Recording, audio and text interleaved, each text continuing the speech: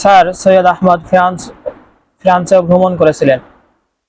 তিনি যখন ফ্রান্স ও ইংল্যান্ডে ভ্রমণ করেছিলেন তখন সভ্যতা ও উন্নতির যৌবনকালে অবস্থান করছিল। এজন্য ওই সময় তিনি এটাকে সর্বোচ্চ পর্যায়ের সভ্যতা মনে করেছিলেন এবং এটার যে কখনো পতন হতে পারে সেই সম্পর্কেও তার কোনো ধারণা ছিল না। প্রথম বিশ্বযুদ্ধের সময়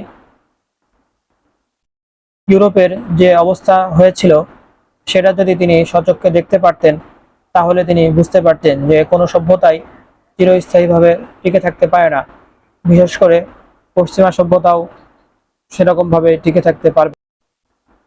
স্যার সৈয়দ আহমদ পশ্চিমা সভ্যতার সামনে এতটাই নতশির ছিলেন যে তার আবেগ আন্তরিকতা সম্পূর্ণ তাদের কেন্দ্রিকই ছিল।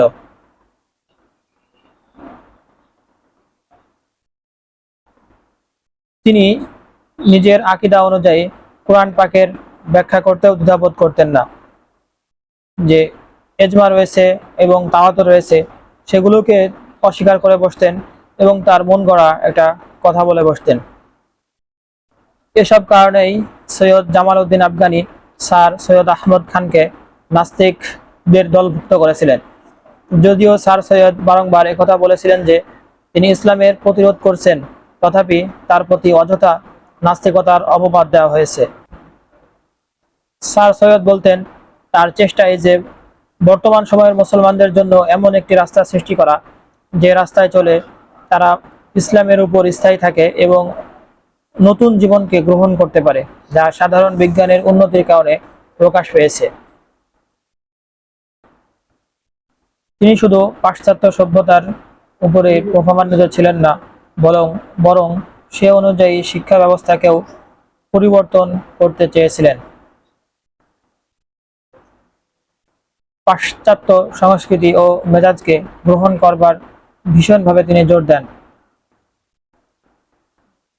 তিনি নিয়ম করেছিলেন কলেজে কমপক্ষে একজন প্রিন্সিপাল, দুজন প্রফেসর ও স্কুলের একজন হেডমাস্টার সহ সবসময় ইউরোপিয়ান হতে হবে এবং কলেজের আর্থিক সঙ্গতির সাথে সাথে এই সংখ্যা আরও বৃদ্ধি পাবে।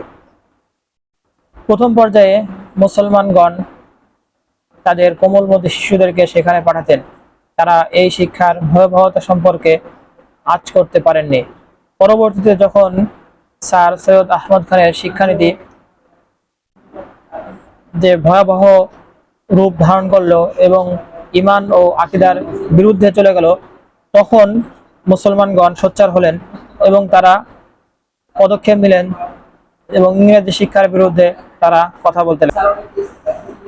স্যার সৈয়দ আহমদ খানের আরেকটি বড় ভুল দিক ছিল এই যে তিনি ইংরেজদের সম্পূর্ণ বিষয় গভীরভাবে আঁচ করতে পারেননি। তিনি শুধুমাত্র ইংরেজি ভাষা এবং সাহিত্য নিয়েই পড়ালেখা করেছেন। সেজন্য তাদের কোন দিকটা খারাপ কোন দিকটা ভালো এগুলো সম্পর্কে তিনি দৃষ্টিপাত করতে পারেননি। এই ছিল আজকের আলোচনা।